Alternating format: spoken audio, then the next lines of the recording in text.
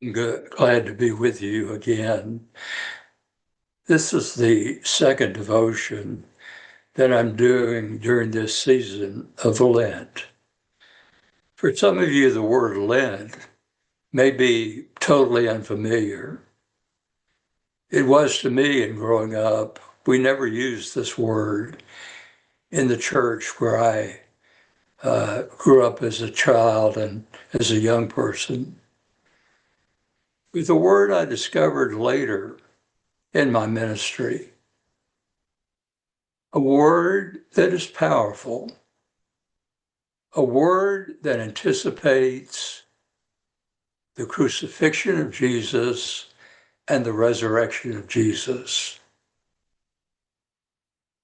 But for a moment, will you join me with those first century disciples who had no idea about the resurrection, even though Jesus had told them that he would be leaving them?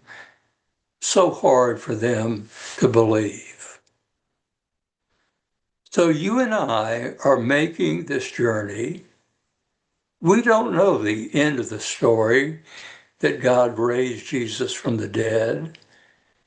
We are with these first century disciples, Peter, James, John. You and I are making the journey with them to the cross.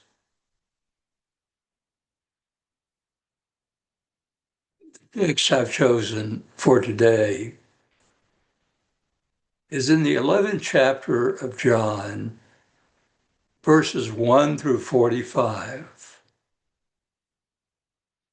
John is a different gospel from Matthew, Mark, and Luke. Matthew, Mark, and Luke are called the synoptic gospels because in many ways, while there are differences in those three gospels, they give a synopsis of the life and ministry of Jesus. But John is different. No parables in the Gospel of John. What we have are narratives, stories that are told in which Jesus is revealed to people. John 1 through 45 is one of those lengthy stories that we have told about Jesus.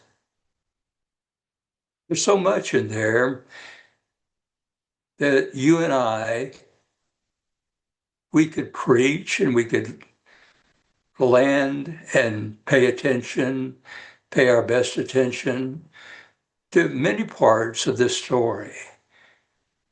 But the one thing I've chosen is the words of Martha when Jesus finally came to her hometown of Bethany.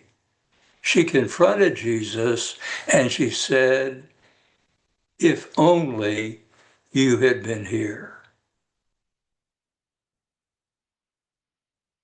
Martha and Mary and Lazarus lived in this town of Bethany, not very far from Jerusalem. Lazarus had been ill. He was a good friend of Jesus. Word came to Jesus that Lazarus was very ill. But Jesus didn't go immediately. In fact, by the time that Jesus arrived in Bethany, Lazarus had died and was bound in the cloth that people used in burying the dead, and he was in the tomb.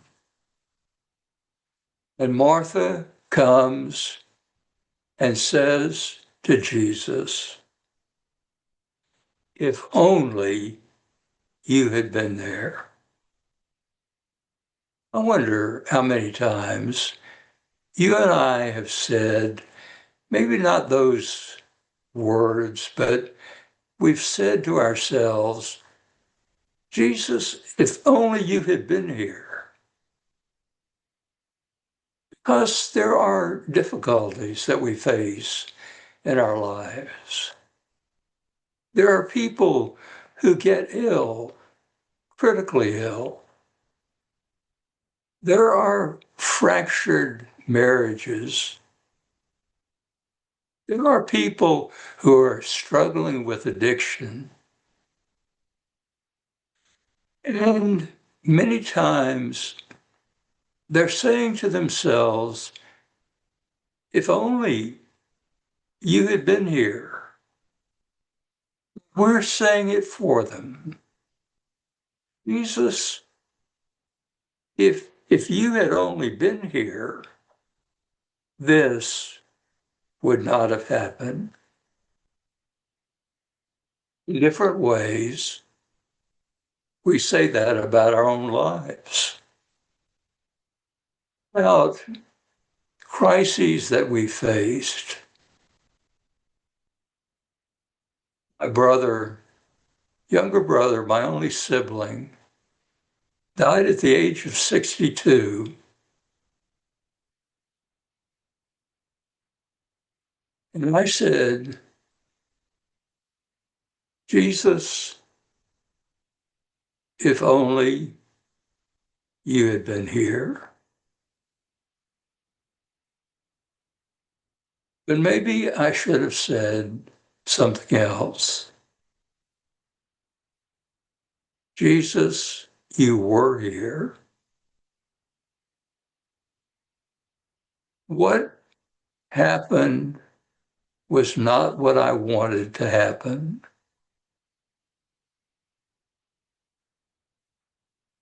But I have the faith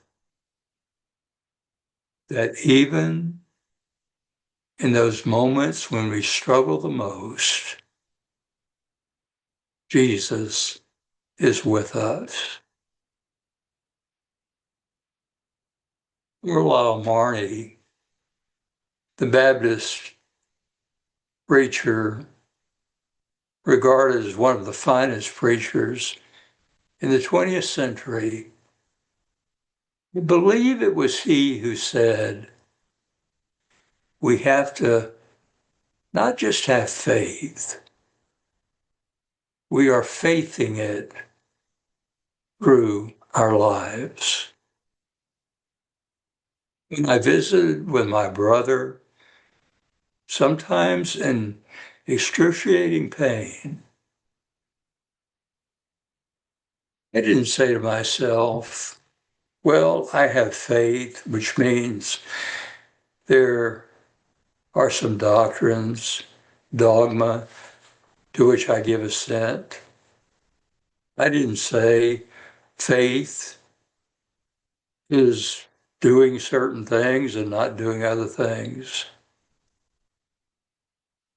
I said, the only way for me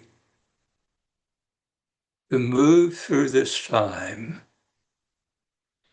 is to try to live out my faith in the Christ who is with us. I wonder how many times we think, as we make the inner journey to the cross and Easter, wonder how many times we think Jesus is with us. Wonder about those early disciples. I mean, Jesus was with them. There is a difference between believing that there is a Jesus who is somehow, some way with us, and believing that in the most critical, difficult times of our lives, sometimes the inner journey when we are trying to understand how the God of grace is at work in these moments.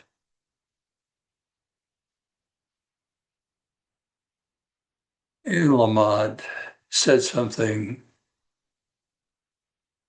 really helped me to see the life is lived. He compared it to driving at night in a car.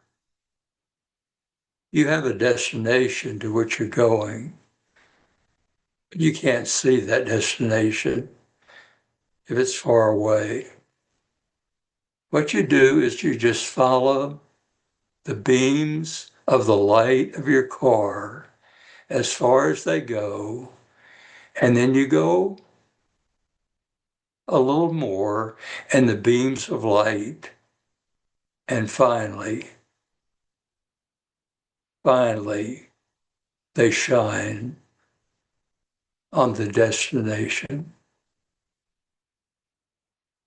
I hope you and hope I never forget what is the destination. It's incredible good news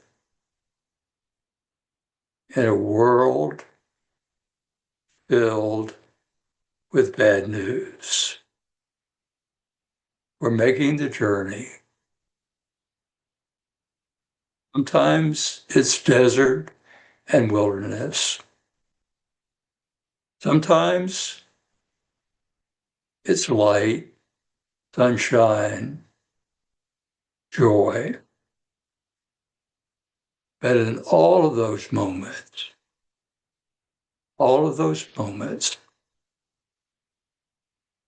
let's not forget, we can go on. If only you had been here, Martha said. If only you had been here, I have said. Jesus is here. And for that, I'm eternally grateful.